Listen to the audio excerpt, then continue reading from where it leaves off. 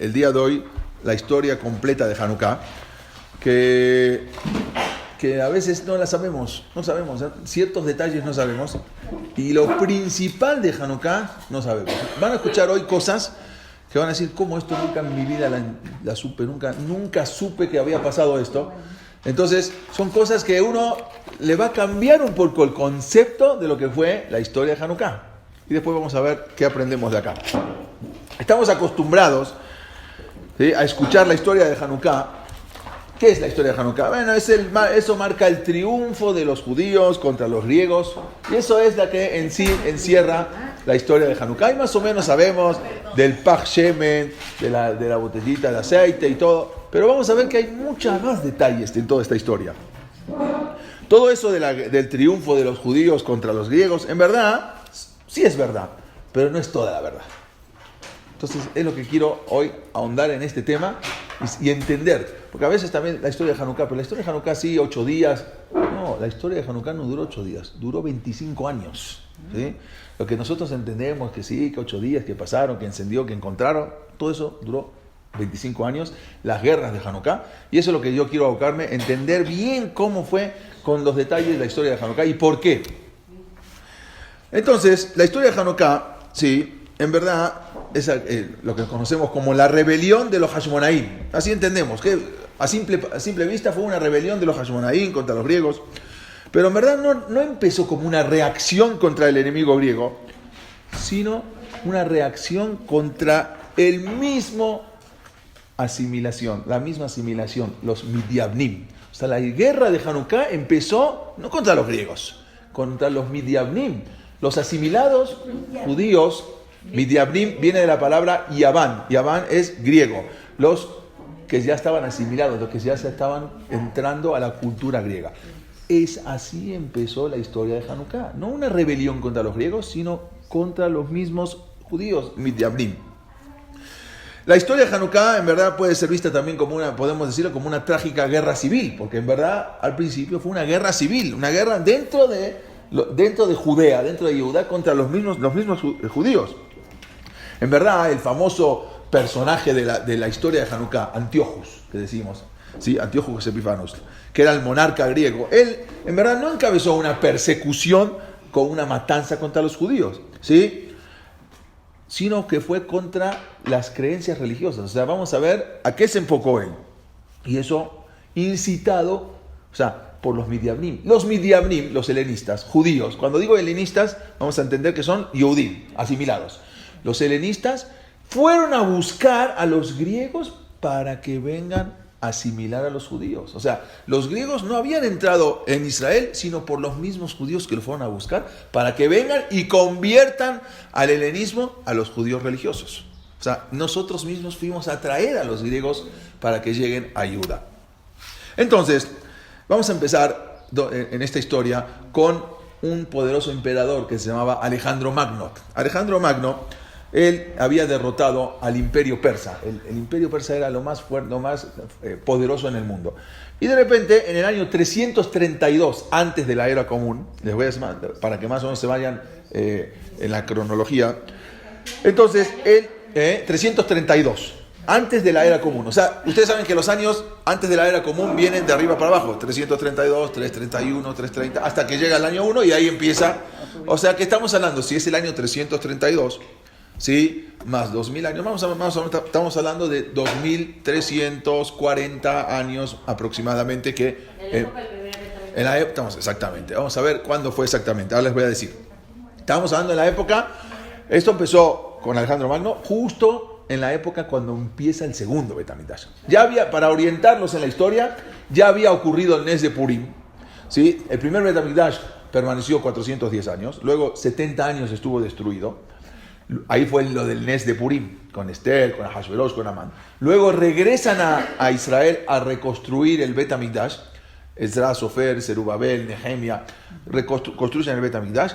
Y ahí, a los pocos años, a los 30 años del segundo Bet HaMikdash, es cuando hay una revolución y Alejandro Magno cae el poder persa, que era el poderío más fuerte en el mundo, y Alejandro Magno, que era Grecia, ya ahora empieza el poder, el imperio griego.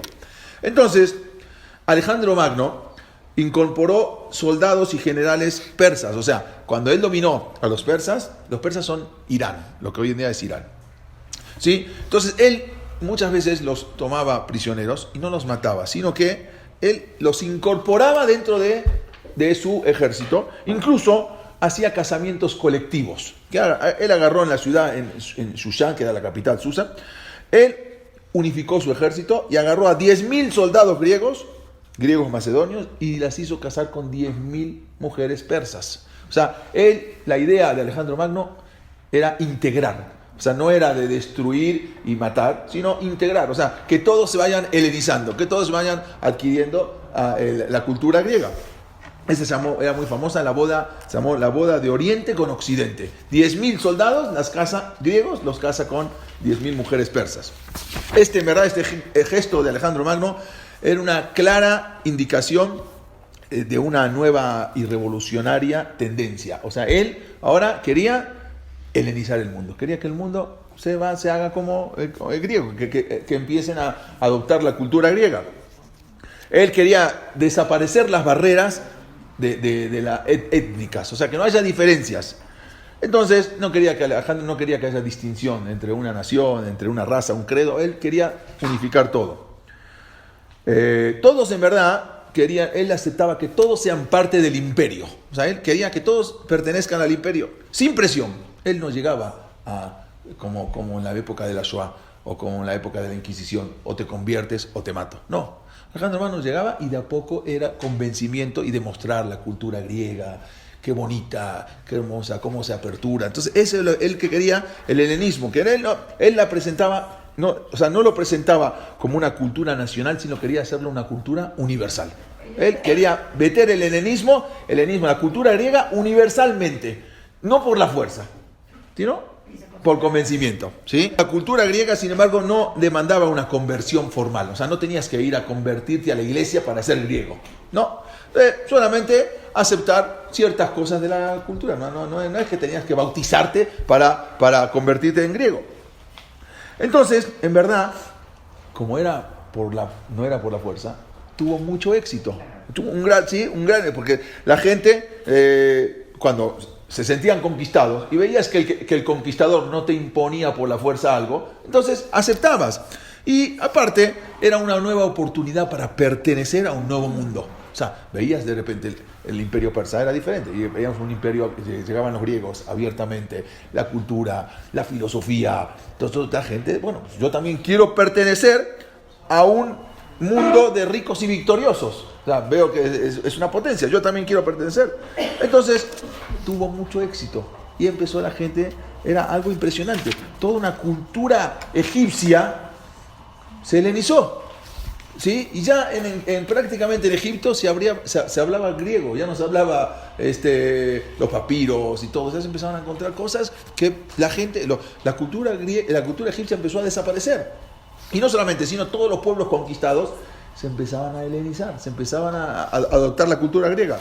Las antiguas religiones del mundo, como dijimos, por ejemplo la egipcia, desaparecieron por completo. O sea, de miles de años de una cultura egipcia, desaparece por completo.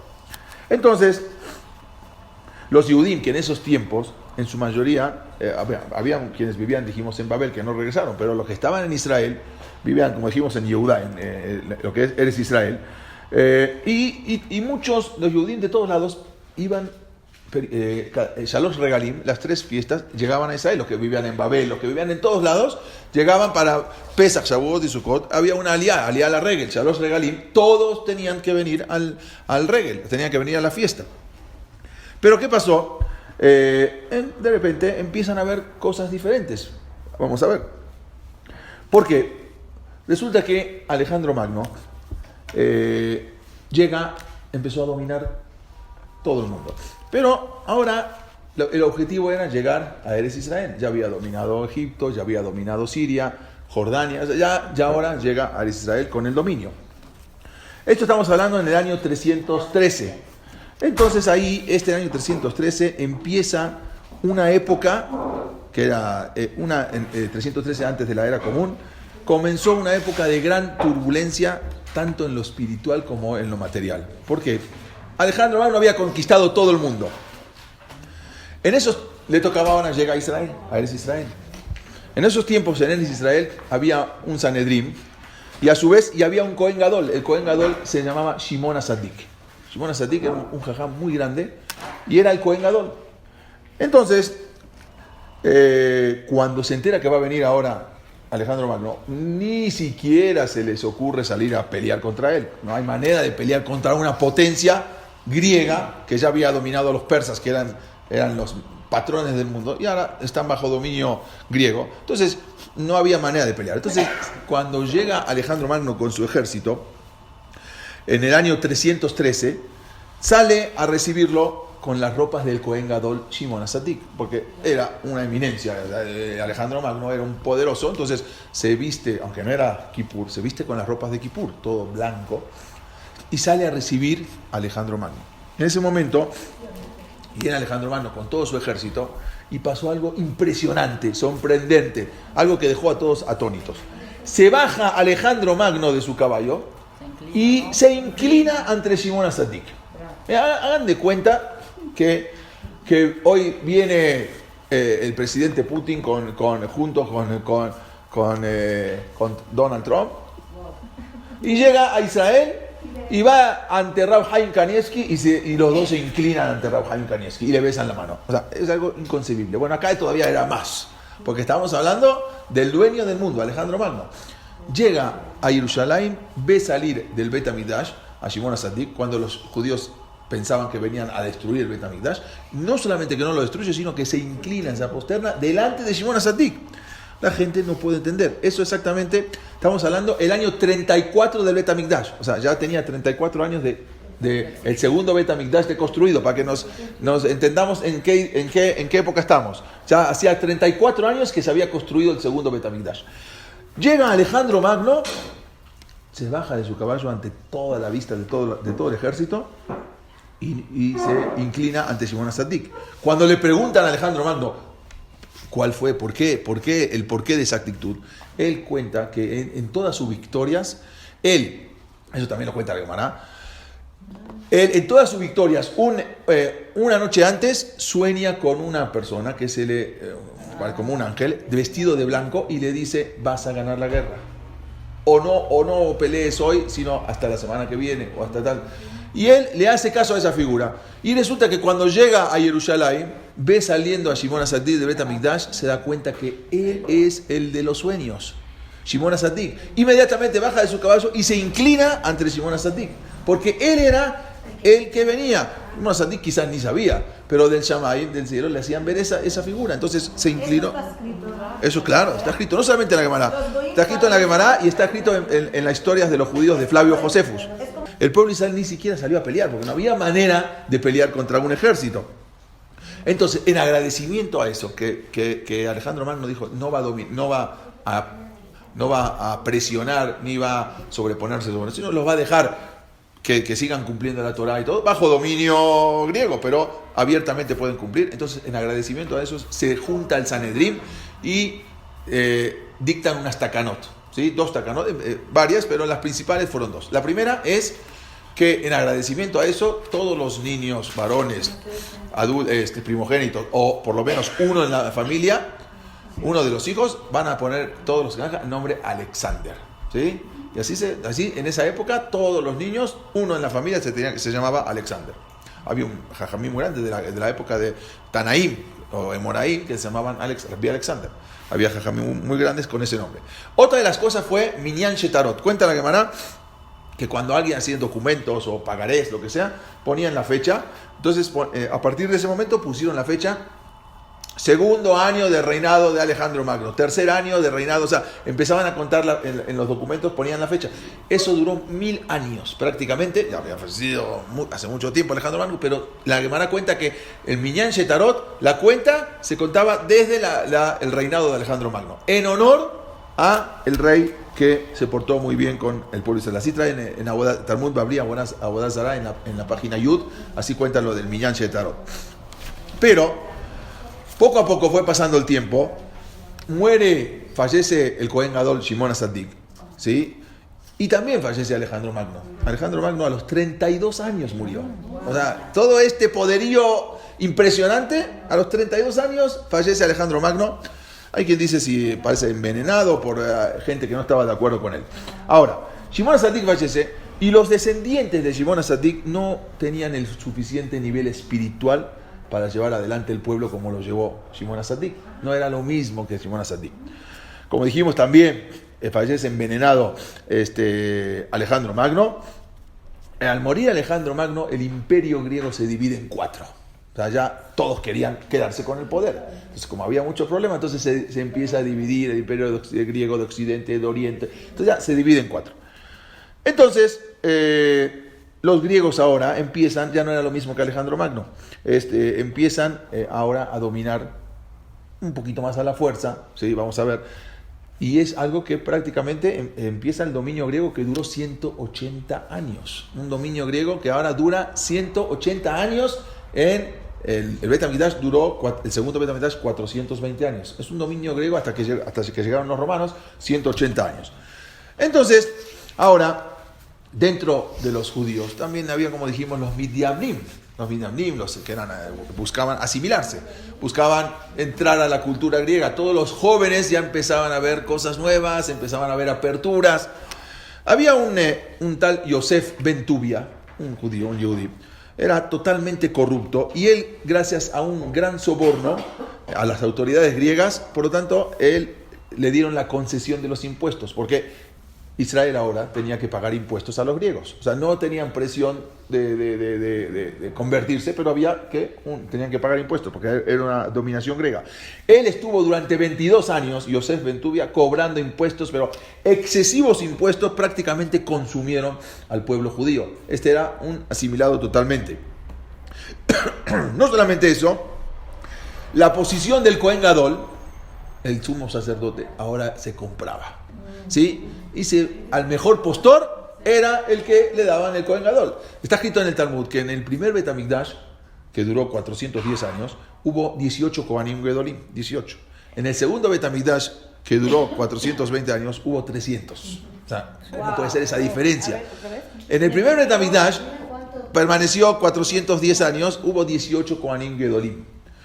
En el segundo Bet HaMikdash, que permaneció 10 años más, tenía que haber 19, vamos a decir, ¿no? O los mismos 18. Bueno, sin embargo, dice la Gemara que hubo más de 300 Kohanim Gedolim, porque la Geuná se compraba y muchas veces entraban y se morían. Pero entonces, ¿para qué compran la Geuná si saben que se van a morir? Justamente eso es a veces lo que es el honor, lo que es la gabá, lo que es... no importa, si sabían que se iban a morir, pero vale la pena un año de que te sirvan como melech, como rey, aunque quizás esté la posibilidad de que se vayan a morir, porque también pensaban que no se iban a morir. Ahora, estamos hablando justo después de 34 años.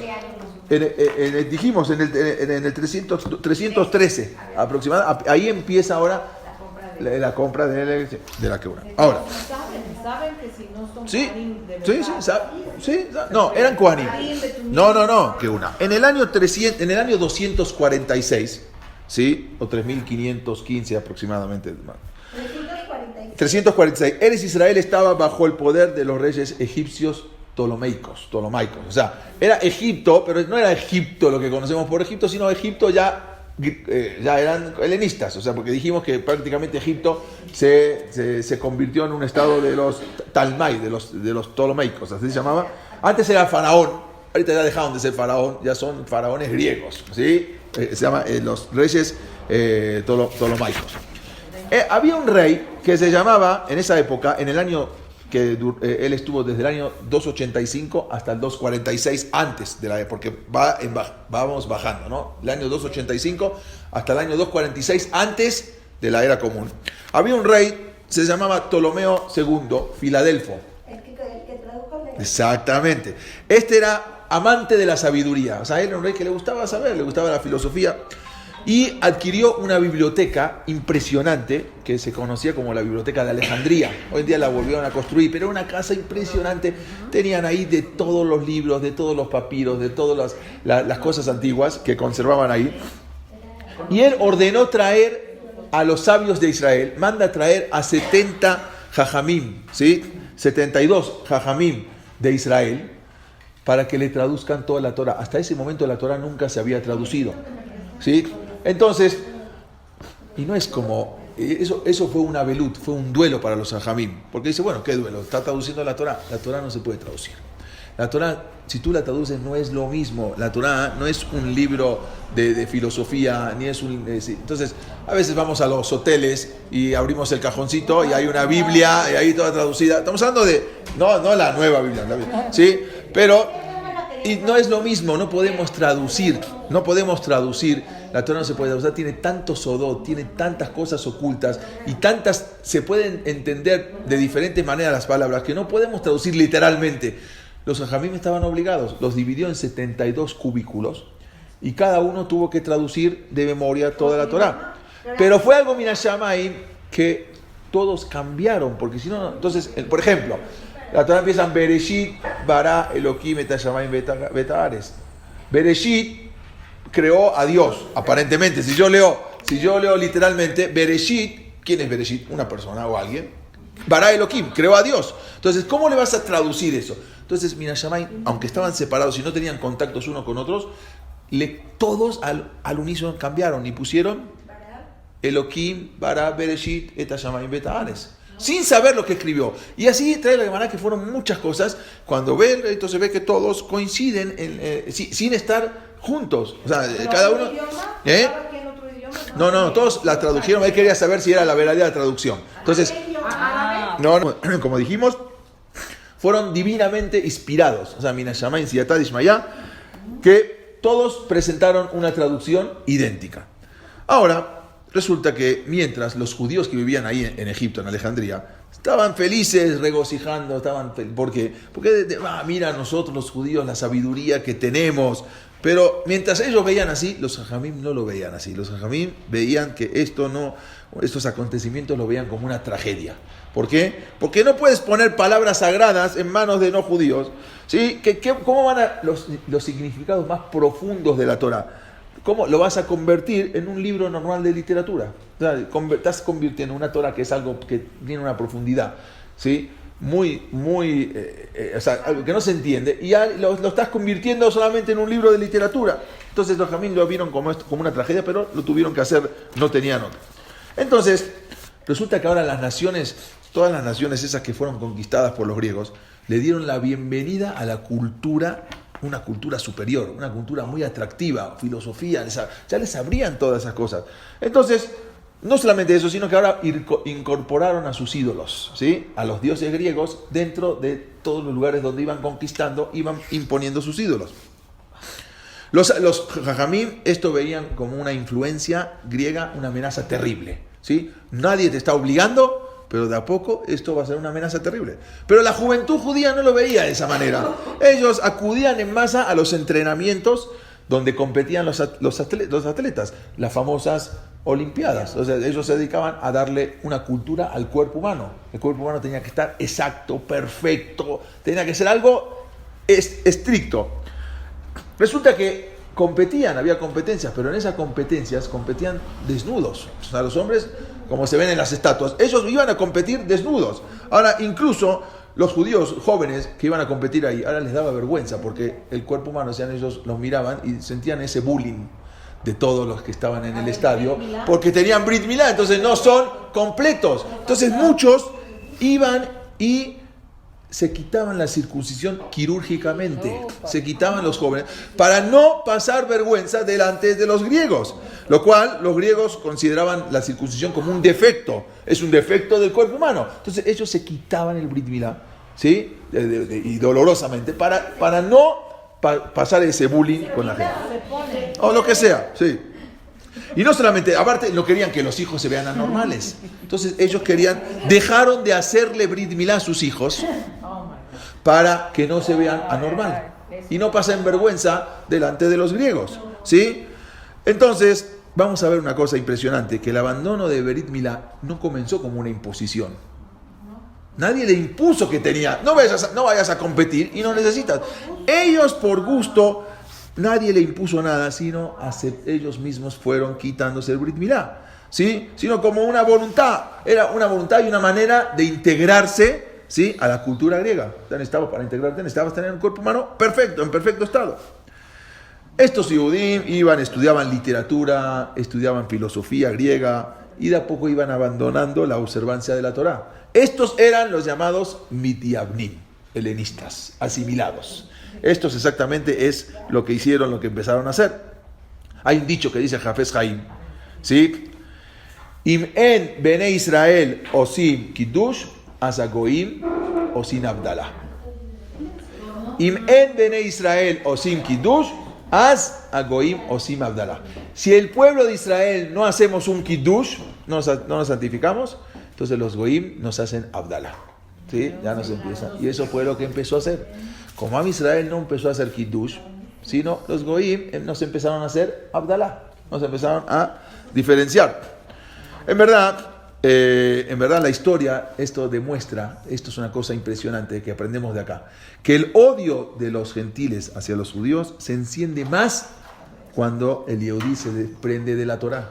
Cuando el Yehudí se desprende de la Torá, ahí se levanta la sin'a del Goy. Cuando el Yehudí se desprende de la Torá y las misbot, cuando uno dice, no, mejor, para que no haya antisemitismo, mejor vamos a estar un poquito como... No, ahí es donde más se prende, se levanta el odio. ¿Sí? Como dijo, Bene Israel sin kiddush, angoímos sin abdalah. Entonces, ahí empieza el problema cuando en el año... ahora Israel pasa de dominio, ahora Israel pasa de dominio ptolomeico, como dijimos, a los reyes seleucidas, que son reyes sirio-griegos. Hasta ahora estaban dominados por Egipto griegos, cae el poder de Egipto griego, ahora son sirios griegos, todo queda por ahí. El poder se llama sirio-griego, se llaman los reyes seleucidas.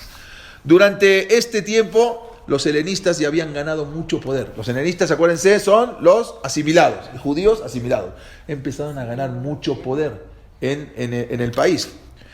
Sí, generalmente las relaciones, todavía las relaciones entre los Yehudim y los reyes seleucidas todavía estaban bien, no había problema. Había una excepción, había un rey, se llamaba el rey Seleuco IV. Ese rey era sirio-griego. ¿Sí? Él quería entrar al Bet HaMikdash y apoderarse le dijeron que había mucha riqueza, que la gente donaba sus shekalim, y cuando venían de todos los lugares, en las 3 fiestas, en las 3 regalim, traían mucho dinero. Entonces él intentó saquear las arcas del Bet HaMikdash. Entonces, ¿qué hizo? Ordena a su oficial de confianza, se llamaba Heliodoro. Él ordena que vaya a Israel y se apodere de los fondos del Bet HaMikdash. Heliodoro llega con su ejército al Bet HaMikdash. No había oposición, o sea, todavía, ustedes preguntan, bueno, ¿y dónde están los Hashmonaim? Todavía los Hashmonaim están tranquilos, o sea, no hay todavía presión, no hay obligación, nadie te está obligando a que dejes tu Torah, tus tradiciones, no es que están poniendo una pistola en la cabeza, ¿sí? Solamente hay un dominio. Bueno, entonces, Heliodoro entra al Bet HaMikdash, cuenta el Talmud, que inmediatamente, cuando apenas entra al Hatzer del Bet HaMikdash, al patio, se le aparece una visión, como un jinete, y le pega en la cabeza y lo tira al suelo y cae desmayado. Heliodoro entraba para saquear los bienes, las arcas del Bet HaMikdash.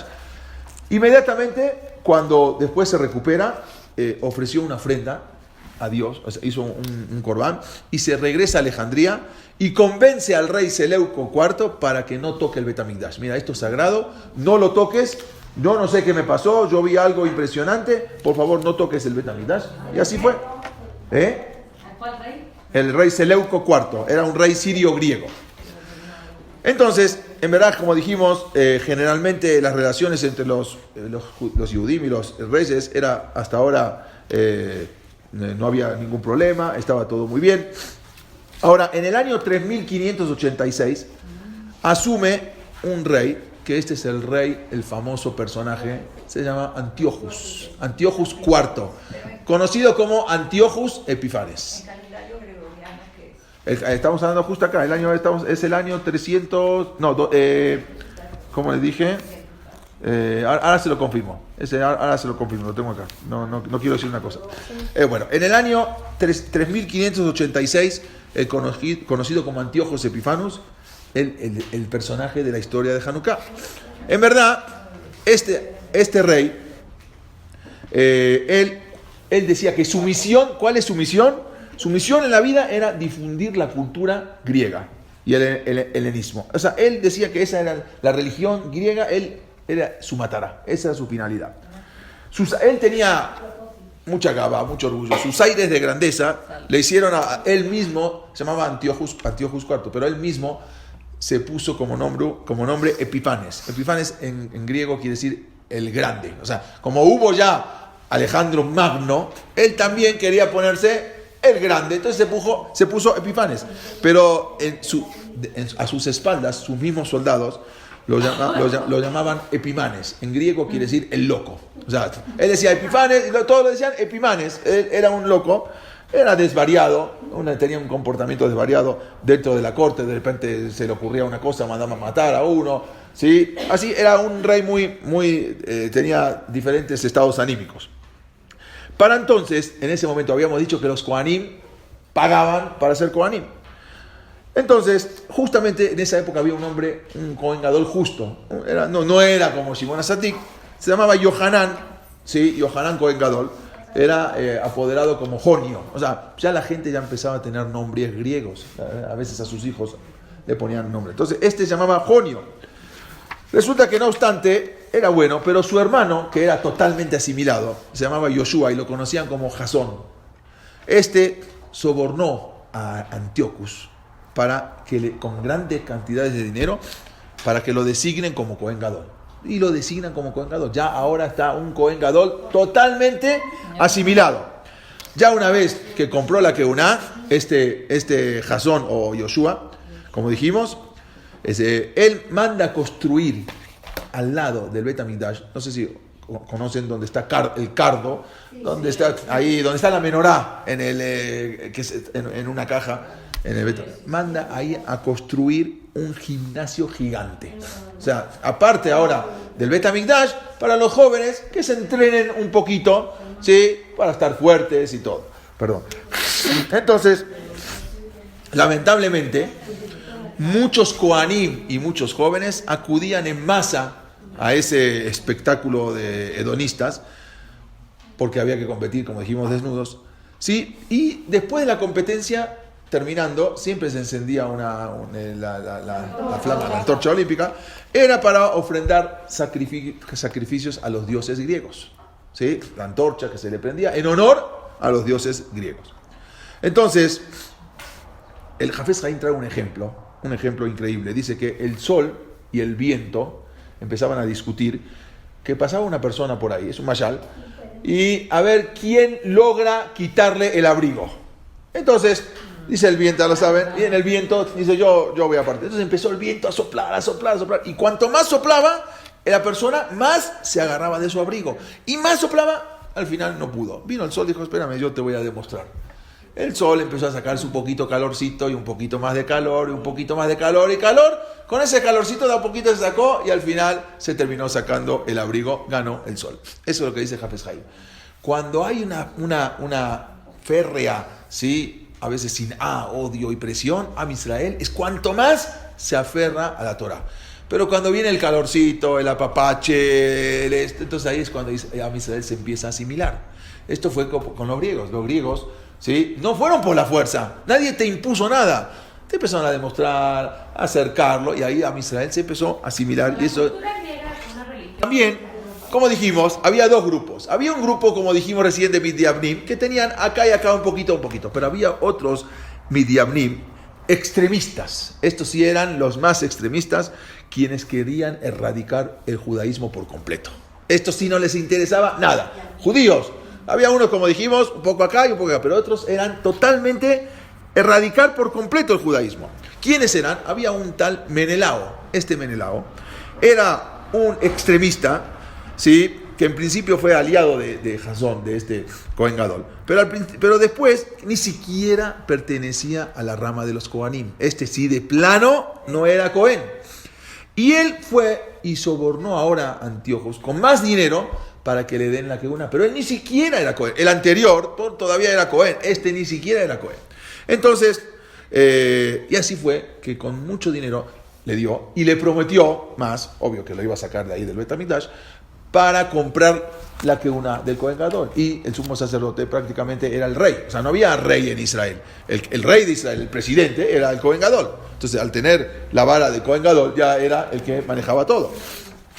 Una vez en el poder, Menelao sustrajo todas las vasijas del oro, de todo lo que había, con la intención de juntar grandes cantidades para pagar lo que había prometido de pagar.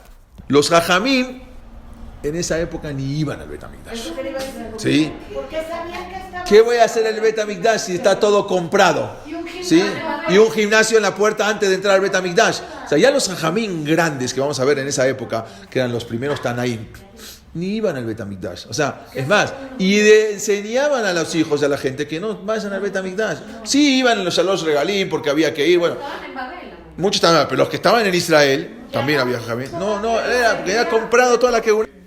El Sanedrim, entonces decidió enviar una delegación, todavía había Sanedrim, para acusar a Menelao, que Menelao ya era totalmente, no era ni Cohen, y empezó a saquear el Bet HaMikdash. Entonces ahora el Sanedrim manda a acusar con Antíoco de que Menelao, este extremista judío asimilado completo, que lo que está haciendo. Pero Menelao, cuando se entera, manda a ejecutar a todo el Sanedrín. ¿Sí? Él mismo, porque se entera que lo están acusando, manda a matar a todo el Sanedrín. Ustedes se preguntarán, bueno, ¿dónde están los Hashmonaim? Porque todavía están hablando, pero no aparecen los Hashmonaim. Todavía no había una presión contra el pueblo de Israel. Era asimilación, la que quería ser asimilada, pero no había una imposición todavía contra el espiritualismo, o sea, contra el Yahadut. Entonces, resulta que había corrido se corrió un rumor de que el rey Antíochus, que no estaba en Israel, había muerto en combate. Entonces, Jasón, que dijimos, aprovechando esa incertidumbre, se armó de un poderío, de unos soldados, de unos gente, y entra a Jerusalén y saca a Menelao. O sea, Jasón, el que estaba antes, ¿sí?, vuelve a imponerse contra y lo quita a Menelao del poder del sumo sacerdote. O sea, ya era una guerra civil. Entonces, pero luego Menelao se arma de un grupo indignado por los hechos, hace una rebelión y vuelve con su grupo y asesina a 40.000 judíos. O sea, estamos hablando, no hay Midiabrim, todavía no hay griegos. Dentro de los mismos judíos, una guerra civil. Ordena sacar el Bet HaMikdash, saca el Shulchan Aruch, quita la menorá, ya no hay menorá. ¿Sí? Porque nosotros sabemos que en Hanukkah no había el Pach Shemen, no, pero no había ni siquiera menorá. Vamos a ver, eso quizás, tanto el Pach Shemen, vamos a ver por qué es tanto, pero no había ni menorá, la menorá desapareció. Entonces, esto estamos hablando en el año 3000, ahora les digo qué año fue, en la época común. Ahora él tiene, apoyado por los helenistas, ¿sí? Todo esto es apoyado por los asimilados, por los helenistas, ¿sí? Antíochos Epifanos, que en verdad no había muerto, impone nuevos decretos, esta vez con la totalidad de destruir la religión judía. Ahora sí, ahora quieren, ya, como no muchos se están convirtiendo, sino algunos, él dice, esto ya va a la fuerza. Entonces, resulta que ahora cancelan todos los servicios de los Bet HaMikdash. Los pocos korbanot que quedaban y servicios, Antíochus IV manda a cancelar todo. Y ahora, dentro del Bet HaMikdash, lo pone un templo pagano. O sea, ya no afuera, en el gimnasio, sino adentro del Bet HaMikdash, pone un templo y pone a Zeus, y pone así, ahí en la puerta, convierte el templo, convierte el Bet HaMikdash en un templo pagano.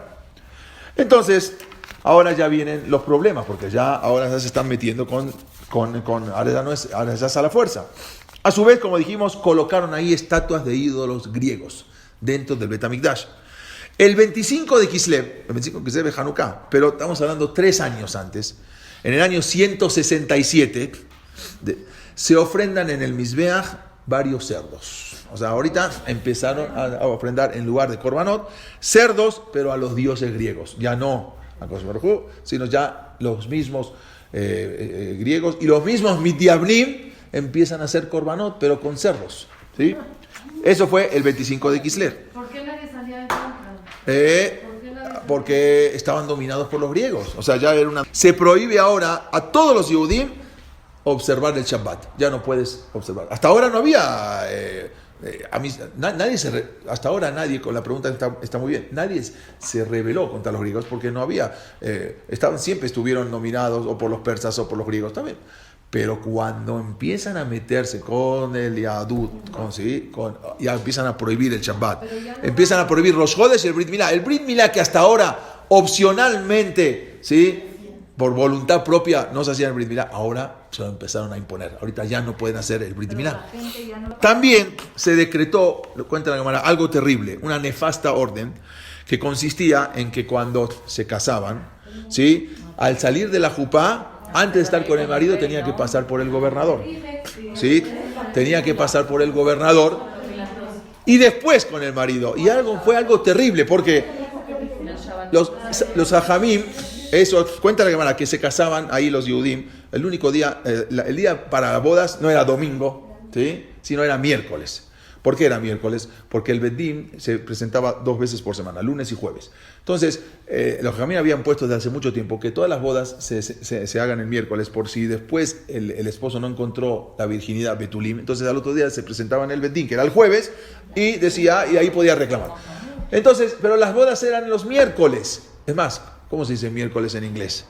Wednesday. Viene de wedding, ¿sí? Eran los días, ¿sí?, eran los días miércoles que se hacían las bodas.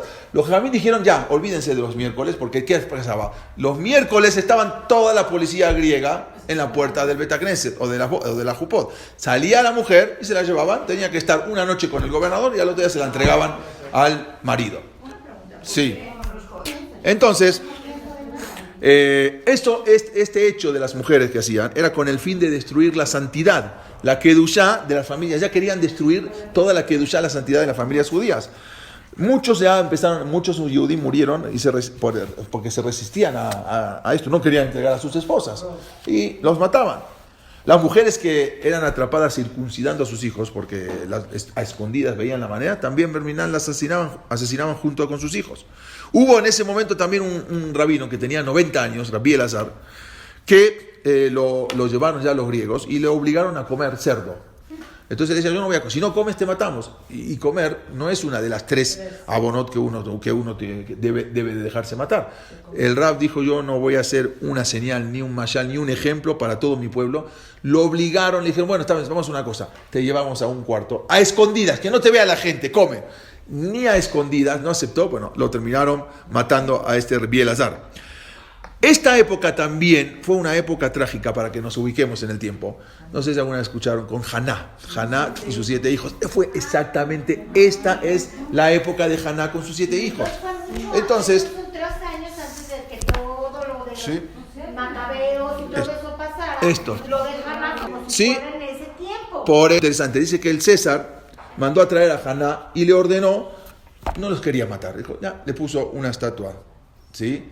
Y le dijo, inclínate a la estatua. Entonces, en ese momento, dijeron, no, nosotros no. Entonces, cada uno fue matando uno por uno, porque no se querían inclinar. Entonces, al final le dice, quedó un hijo, el más chiquito. Le dice el César, me dice, mira, todos tus hermanos, por lo menos eran más grandes y disfrutaron de la vida. Tú, un niño chiquito, no vas a disfruta de la vida, inclínate a esta Abodá Zará y vas a disfrutar. Ellos murieron, ya los maté, pero ellos por lo menos disfrutaron, tú nada. Entonces él le dijo, nada, no me interesa. Le dijo, hay un Dios en el mundo, como le dice Hashem Melech Olam Baed, Akadosh Baruj Hu va a reinar de por sí, y ustedes, Be'avid Goim Arso, ustedes se van a exterminar. Y así le empezó a discutir, el niño empezó a discutir al tú por tú con el gobernador. Le dijo el César, como dijimos, Rea, hija, Orugim, Lefaneja, tus hermanos ya murieron. Beareni Mashlech Tabatí, dice yo, bueno, vamos a una cosa, le dice, está bien, no te aposternes al ídolo. Yo voy a agarrar mi alianza, voy a agarrar mi anillo, lo aviento, y tú, pásame el anillo. Nada más entrégamelo, ¿sí? No. Dice, bueno, pero no te estás aposternando al ídolo, me estás agarrando y que la gente vea que por lo menos, ya, quería tener un poco de Rahmanut, ya mató a los otros 6 hermanos. Bueno, nada más te aviento el anillo, recógelo. No lo voy a hacer. No, delante de la Abodá Zará no. Entonces, le dijo, Jabala la Keleja que es armada, dice, pobre de ti, no pierdas el tiempo conmigo. Entonces le dijo, Vino en ese momento, ya lo iba a matar. Vino Haná y le dijo, por favor, no lo mates, ¿sí? Déjame abrazarlo y besarlo. Y después le dijo, bueno, le pidió, tengo una última petición, por favor, mátame a mí. Y después a mi hijo. Ya me hiciste ver a mis 6 hijos, ¿sí? Mátame a mí, no quiero ver la muerte. Entonces le dijo, no puedo hacer, le dijo el gobernador, dijo, no puedo hacer, porque en la Torah dice, no puedes matar, en la Torah dice, el toro con el becerrito el mismo día. Entonces yo no puedo matar. Le dice, ¿qué yo? Dice, ahora dice, es un tonto, que tú cumpliste las otras 612 misbot, que te falta cumplir esta, y ya mataste a mis otros, entonces, dice, no te puedo matar a ti mañana, no te puedo matar hoy, porque si no puedo pasar por la Torah. Entonces le dijo al hijo, cuando ya vio que ya iba a matar al hijo, le dijo, ella, Haná, le dijo así a su hijo, Miat si va alab, nafla alab, lo besaba, y le dijo, Beamralo, vení, Lej es el Abraham Abijem. Te pido un favor, ahorita te van a matar. Ve con Abraham Avinu, Beemorlo, Kajamraimi. Y dile, así me dijo mi mamá. Le dice, ¿cómo le dijo? Ve tomar. Banita Mizbeach, Balite Tishak. Tú construiste un Mizbeach y pusiste a tu hijo Ishak en el Mizbeach. Dice, Areimen, pero mi mamá puso 7 hijos en el Mizbeach, no 1. ¿Sí? Belet Ishba Bani Beyom Echad. Y 7 hijos en un solo día. Atani Sayom, Bani Maaseh. Tú solamente fue una prueba, porque al final no terminaste. No. Pero yo fui un Maaseh, yo fui el hecho, yo sí. Y en ese momento, me jabequeo, me saqueo, Gazar alem, lo mataron al niño. Y los jajamín dijeron, cuando mataron al niño, los jajamín después dijeron qué edad tenía ese niño que se ponía a discutir con el gobernador. Shiaru jajamim shenotav shelototinot benimsa ben shete shanim beshisha hodashim besheshao. El niño tenía 2 años y medio y 6 horas. O sea, un niño chiquito, miren lo que era. Dice que ella misma después sube ahí, ella misma Haná, posteriormente Haná se arroja desde un techo donde también ella encuentra ahí su muerte. Historias como estas dieron un impulso al pueblo judío, que le dieron una fortaleza para resistir, o sea, estos hechos, las persecuciones. La rebelión contra los griegos, en verdad, no fue por una independencia nacional. A ver, Macabim, nosotros, la bandera de los Macabim. No es una independencia, ya que en tiempos que dominaban los babilonios, los persas y los griegos, nunca se rebelaron contra ellos. Solamente, sí, nadie intentó derrocar. Entonces, ¿qué fue todo esto? Pero cuando los griegos hicieron ya imposible la observancia de la Torah, ya obligado, ya no puedes cumplir Shabbat, Rosh Chodesh, Brit Milá, ahí es a donde los Yehudim se sublevaron. Cuando las tropas griegas llegaron a la ciudad de Modim, en una ciudad cerca de Jerusalén, reúnen a todo el pueblo en la plaza principal y ordenan a su líder, el Jajam, que se llamaba Matitiahu, que ofrenda, dijeron, ven acá, no te vamos a matar, solamente queremos que hagas una ofrenda de un cerdo a Zeus, al dios Zeus. Eso es lo que lo obligaron. En ese momento él se negó a hacerlo, y no solamente que se negó, sino que exhortó a toda la gente a que no lo hagan. Empezó a gritar, no hagan esto. Justo sale de ahí mismo un judío renegado, ¿sí? Él mismo se acerca, él mismo trae un cerdo y ofrece, dice, mira, yo sí lo hago. Y en ese momento Matitiahu estaban armados por adentro con unas dagas, unas estacas. Y en ese momento estaba Yohanan, Shimón, Yehudá, Elazar y Jonatán. Los asesinan a este judío y a todos los griegos que estaban alrededor, los soldados, que nunca se imaginaban que iban porque hasta ahora nunca hubo ninguna rebelión. Nunca se imaginaban que iban a se iban a rebelar, y matan a los griegos. Y en ese momento viene Matitiahu y proclama, él dice, Mila Hashem Elai. ¿Quién está con Hashem? Que venga para acá conmigo, porque muchos ya estaban asimilados. Posteriormente se huye a las montañas, porque sabía que ahora van a venir los griegos con toda su potencial. Se huyen junto con sus hijos y con varios judíos, y armaron unas guerrillas. O sea, guerrillas que salían por todos lados, pero no podemos decir que eran unos soldados, sino eran unas guerrillas que se empezaron a armar con lo poco que tenían de armas, pero no había. Entonces, pero al poco tiempo después, Matitiahu fallece, ¿sí? Y queda como líder su hijo Yehudá. Yehudá queda como líder y se hizo con un pequeño ejército de 6,000 soldados, muy mal equipados. Nosotros a veces cuando contamos la historia de Hanukkah, sí, porque Matitiahu con sus hijos eliminaron a todo el imperio griego. No, tampoco, no vamos a decir, no. Había unos soldados, no se comparaba con todo el ejército griego, pero había 6,000, 8,000 soldados. No eran nada más Matitiahu y sus hijos los que guerrearon. Sí, ellos eran los líderes. Entonces, comenzaron a atacar a los griegos, y no solamente a los griegos, a los judíos helenistas también empezaron a atacar porque estaban con los griegos.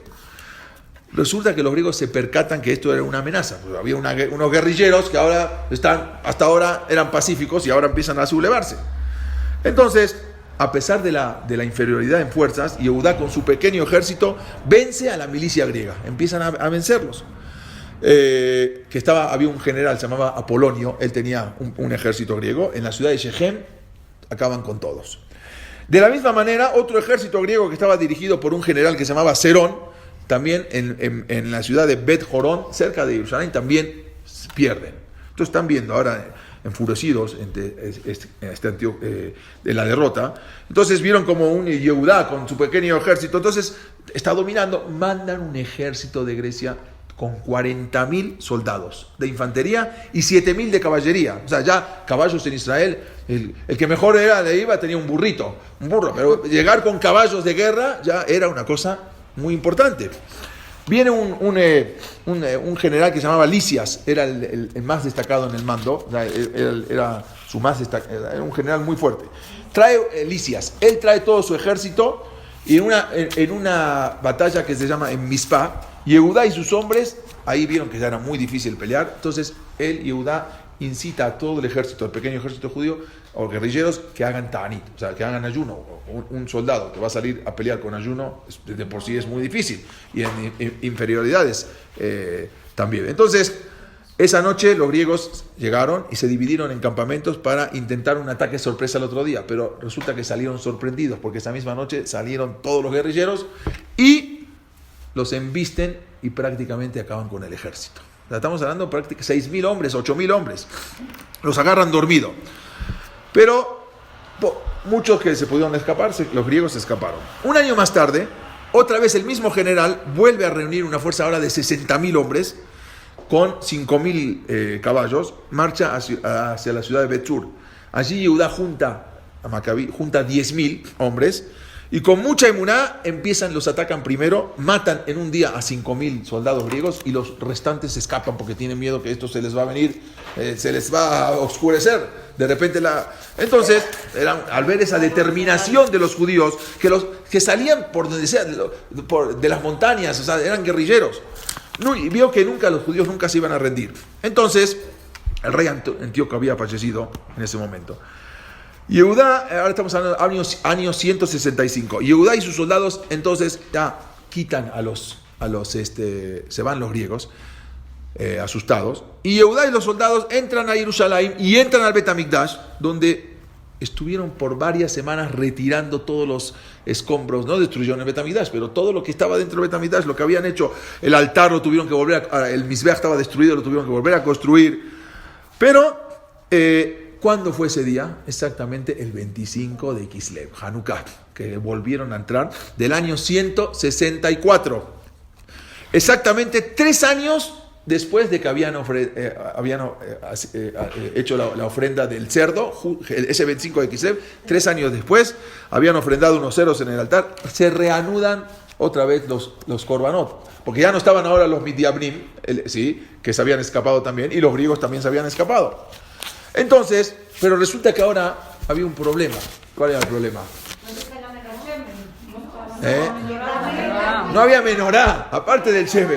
No había, aunque encuentren, no había menorá, porque la menorá se lo habían robado. Nosotros siempre sabemos y le decimos a los niños del sheme, pero ni siquiera menorá había. Se la habían robado. Entonces tuvieron que, provisoriamente hicieron una menorá ese día de madera. Ese día, ¿sí? En unas 2 horas hicieron una menorá de madera. Y ahora también no tenían el aceite, porque todos los aceites estaban temeim y ya no había. Y no se podía, tenía que estar el sello del Kohen Gadol. Hasta que encontraron uno, como dijimos, como se sabe, con la cantidad suficiente para un solo día. Entonces, igual, no obstante, pero ahora llegó Yehudá como Kohen Gadol. Entonces, milagrosamente prendieron eso. Y ahora la pregunta es, si vimos tantos milagros, ¿por qué agarramos el milagro del Pach Shemem? Si ese aparentemente es el milagro menor. No había ni Hanukkah, no había las guerras, todo. En verdad, ellos vieron en esto una señal de Akadosh Baruj Hu, como una cosita que va a durar media hora, 1 hora o un día, duró 8 días, entonces ya vieron, esto es Hanukkah, era la señal, todo lo demás era mucho más grande, pero esto es la señal de Akadosh Baruj Hu que que estaba con ellos. Vieron eso, entonces hasta que pudieron procesar el aceite después de 8 días, llenos de alegría celebraron por 8 días, y los jajamín del Sanedrín, que ya los que quedaban, mandaron a conmemorar este milagro para los años siguientes. Pero aunque los hashmonaim ya habían reconstruido el servicio del Betamigdash y otro, entonces, y cancelaron los impuestos y los decretos, ya no había más decretos de Brit Milá, que no se podía, pero los Midiabrim y los griegos volvieron otra vez. O sea, esto dijo, no, acá no lo vamos a dejar. Entonces, ¿qué hicieron? Durante esas guerras fueron muriendo, había varias guerras, siguieron, y todos los hijos de Matitiahu fueron muriendo. Quedó uno solo que se llamaba Shimón, Amacabí, todos los demás ya habían fallecido. Y ahora viene un nuevo rey que se llamaba Antíochus V, Eufator, era hijo de Antíochos Epifanes. Invade Israel con 100.000 hombres. Dice, si 40.000 no sirven y 60.000 no. Y no solamente eso, sino que aparte trae 20.000 hombres armados de la caballería, y trae 32 tanques de guerra. ¿Qué son los tanques de guerra? En la vida habían visto en Israel, traen 32 elefantes. ¿Sí? Traen 32, que en Israel nunca en su vida habían visto un elefante. A ver, ¿cómo puedes matar un elefante con una flecha? No hay manera. O sea, es un acorazado. No hay manera de matar. Entonces eran tanques, prácticamente tanques. Entonces cuando vieron eso Israel, no lo podían creer. 32, aparte de los 20.000 de caballería. En ese justamente venían otra vez por el general Lisias, Elazar, uno de los guerreros que iba a ir. Entonces él vio, Elazar era hijo de Matitiahu, que vio el elefante adornado, pensó que ahí arriba venía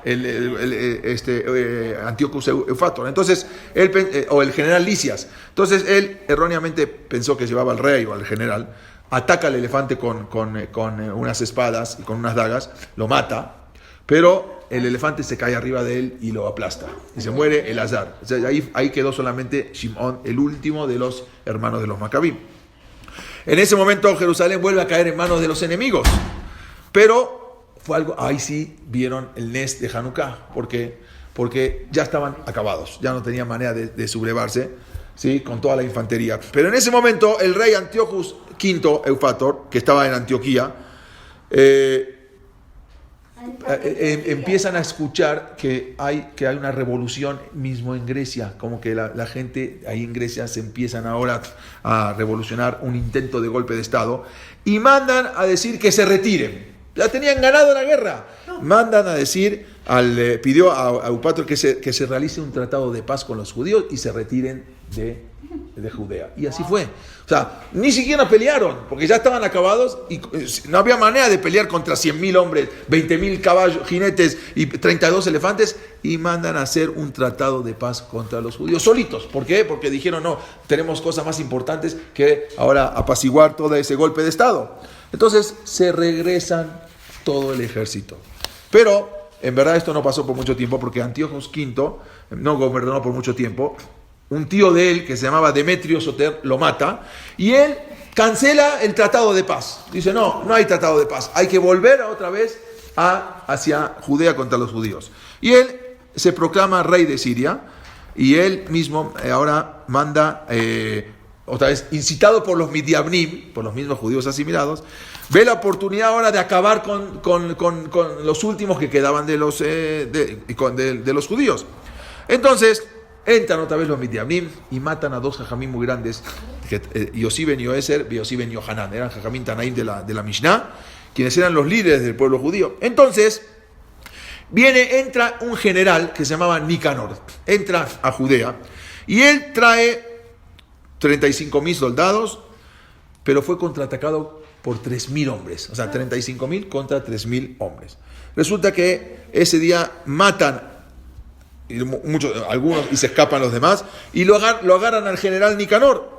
Y fue una batalla que eso fue el 13 de Adar del año 161, que justo era una fecha muy importante.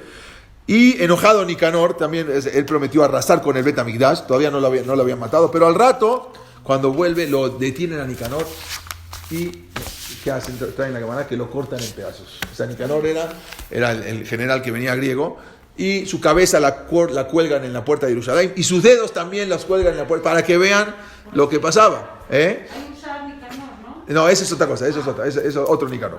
Y esa fue una fecha que se llamaba Yom Nicanor, que fue exactamente el año 161, que fue una fecha que por mucho tiempo se festejó.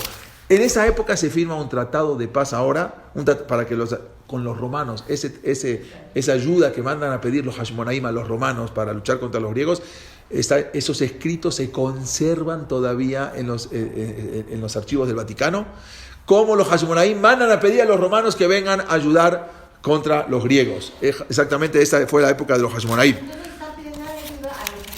Sí, los romanos todavía no participaban, ¿no? Eran un imperio que estaba creciendo, ¿sí?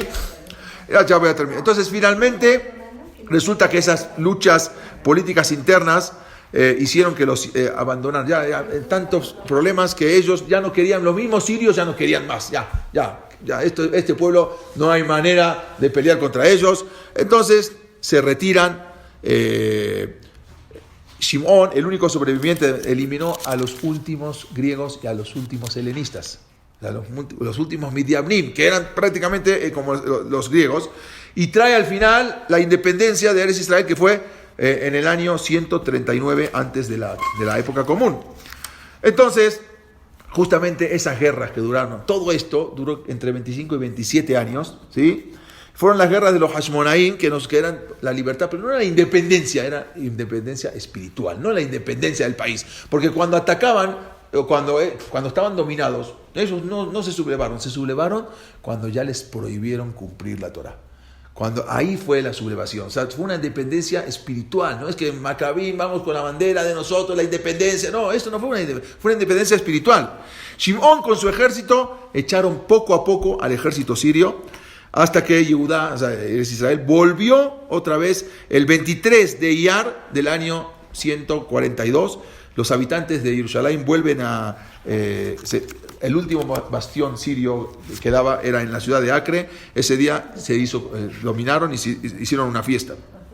Los reyes sirios vieron esta complicación, no querían más guerra, y por lo tanto se retiran y Eretz Israel queda totalmente libre, y ahí fue proclamado Cohen Gadol. Shimón, el último de los Macabim, fue proclamado Cohen Gadol. Incluso en las monedas que acuñaron en esos años, en un lado está una menorá y en el otro lado de la moneda dice Shimón, príncipe de Israel, y esas monedas se conservan hoy en día todavía en el Museo de Israel.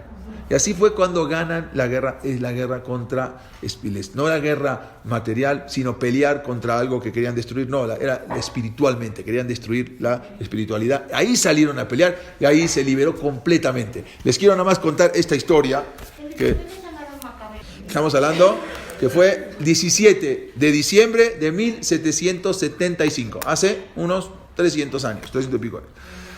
Era justo durante la guerra de independencia de Estados Unidos, que estaban peleando contra los británicos, contra los ingleses. Había uno de los soldados, se llamaba Haim Salomón, ¿sí? Era uno, porque había varios soldados judíos que peleaban. Él no estaba en ese momento pensando en la guerra, en la batalla, sino su preocupación en ese momento se centraba en cómo encender esa noche la vela de Hanukkah, que era el primer día de Hanukkah.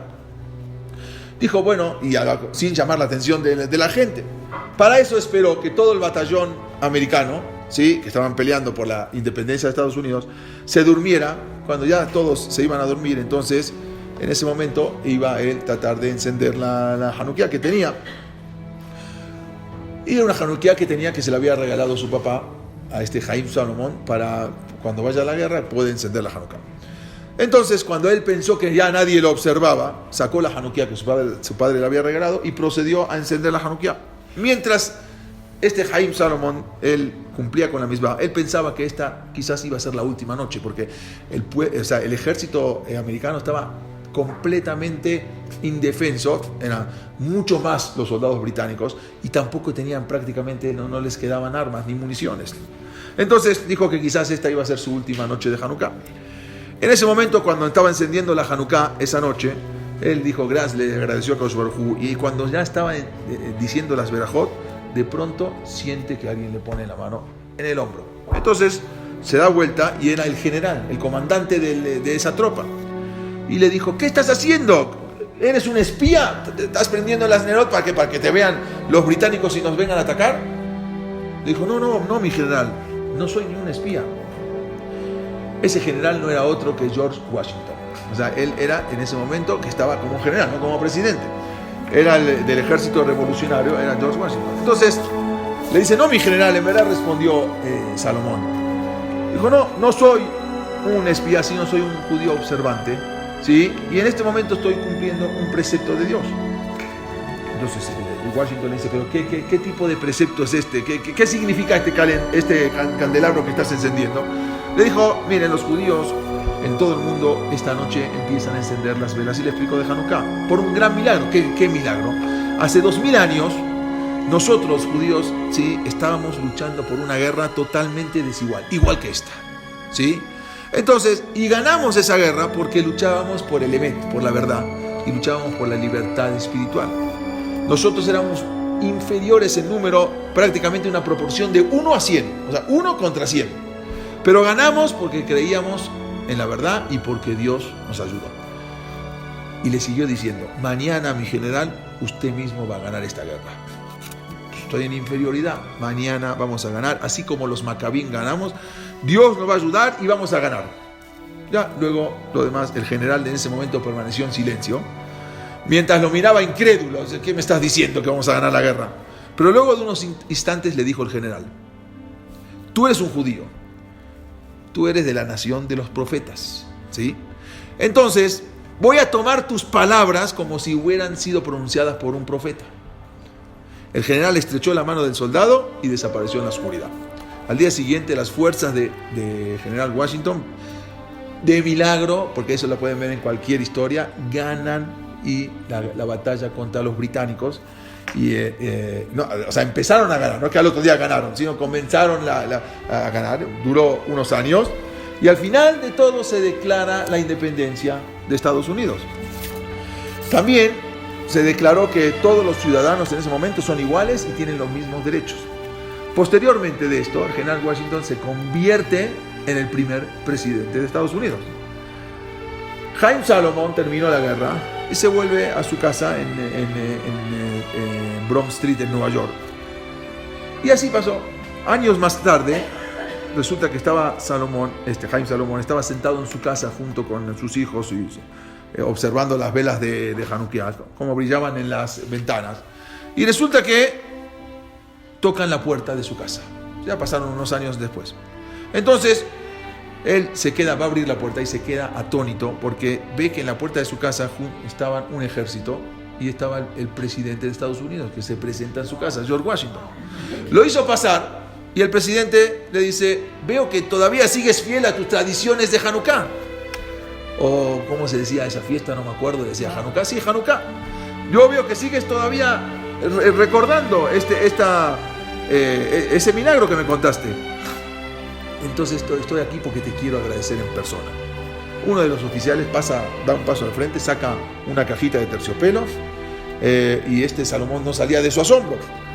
Tomó lentamente esa cajita, la abrió y encontró una medalla de oro, ¿sí?, que en su mano decía las siguientes palabras: una muestra de gratitud por la luz de la vela, con admiración, George Washington. Le entrega esa medalla. Pero la historia no termina acá. Señor Salomón, le dijo el presidente, usted no sabe lo que hizo en Filadelfia hace unos años. Continuó diciéndole, esa noche, le dijo, yo no podía dormir. George Washington le está contando, pues creía que no había chance de ganar. Había pensado que era mejor rendirnos. Le está revelando, le digo la verdad, en ese momento yo, cuando me presenté ante ustedes, yo tenía la convicción que ya nos íbamos a rendir. Ya no teníamos municiones, solo contábamos con un reducido número de soldados y la comida también era insuficiente.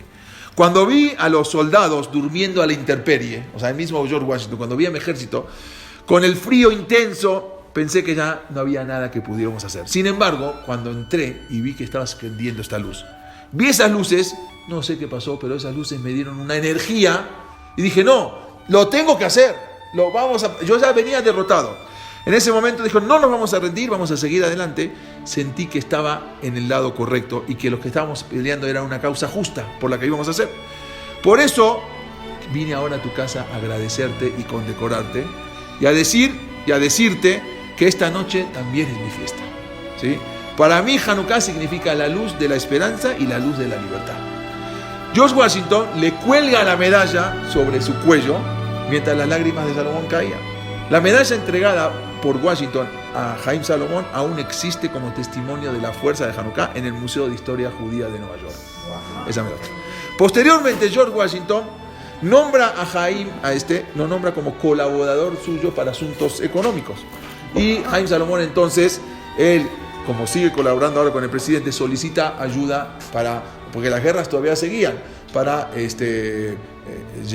traer armas al ejército de Estados Unidos. Entonces él se dirige con las familias sefaradim que vivían en ese momento en Estados Unidos, estamos hablando del año 1780, 2000, ¿sí? Él se dirige con esas familias judías sefaraditas que eran familias muy pudientes, que eran descendientes de los portugueses y los españoles, ¿sí? Que habían llegado y eran gente trabajadora, y les pide para que uniforme al ejército y los provea de municiones y los provea de armas y todo, y ayudan. Entonces dice que su acción fue tan exitosa de Haim Salomón que el mismo presidente de Estados Unidos expresó lo siguiente, y esto que voy a leer está traducido, está escrito como lo había escrito exactamente palabra por palabra por George Washington. Él dijo así: sin la actitud de Haim Salomón, los acontecimientos de la historia habrían sido distintos. Debido a que el ejército de los Estados Unidos no habría resistido en su guerra contra los británicos y el resto de los enemigos que querían impedir su existencia. Así también, él dice que la victoria de Estados Unidos, que ya estaban derrotados, dice, no hubiese sido posible si no hubiese por Haim Salomón. Así también dice que hace algún tiempo le hicieron un homenaje, hay una academia militar en West Point, en una academia militar americana, que ahí adentro hay una sinagoga, y ahí le pusieron una placa en honor a Haim Salomón, que gracias a él, esta vela, esta misma luz que a nosotros nos prendemos cada noche, es la que nos da la energía para seguir como Am Israel. Esta misma vela que le dio la energía también a George Washington para pelear contra los británicos que estaban acabados, esta es la misma vela que a nosotros nos da la energía y para Am Israel, para seguir. Que esta misma vela nos traiga pronto la Geulá Bimera Bimeno. Amén.